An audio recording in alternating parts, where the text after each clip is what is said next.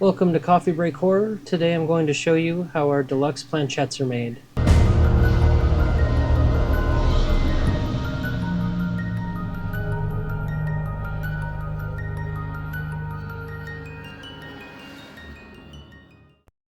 Starting off, I'm in the slicer in Bamboo Studio getting ready to print. I've already made the settings into a 3MF file where I set it up with 90% infill. Here I'm going to select the color I want to use, and in this case it's going to be black. Next, I'm going to do a once-over of the design and check the layers for the print. With the settings I have for this design, it takes about an hour and 30 minutes for the planchette to print and cool. And now that I've printed the planchette, it's time to start the cleanup and sanding process. The process can take some time using PLA, as it's a much harder material finish compared to sanding wood and other materials. In this video, I'll be using 120, 240, and 320 grit to give it a nice grainy wooden tactile feel.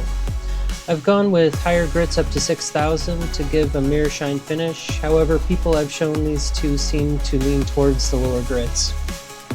The sanding blocks I'm using are from a designer named Nikodem Bartnik, sorry if I mispronounced that. He added it to Maker World. He's an awesome maker from Poland, and I'll leave you his YouTube channel and Maker World link at the bottom of the video if you're interested in checking out his amazing builds.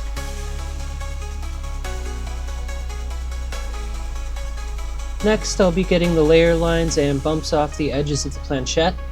This is the longest part of the process and will be sped up so I don't bore you to death.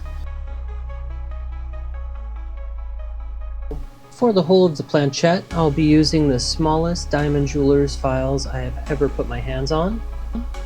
I'm going to be cleaning the printed seams and layer lines off this portion as well.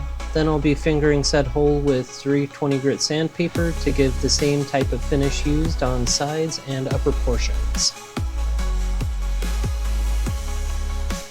Finally, I'll be doing a once-over with the sandpaper on the project to clean it, make sure there's no uneven parts, and to ensure that the lines are just the way I want them.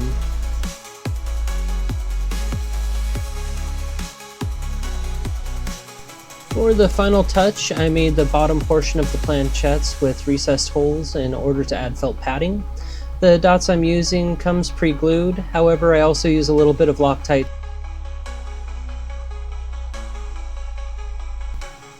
And here's the final product. I hope you enjoyed the video on my process for making my premium finished planchettes. Make sure to check out my Etsy to see our occult and horror related pop culture items. All tools and items in the video will also be linked in the description, available for purchase.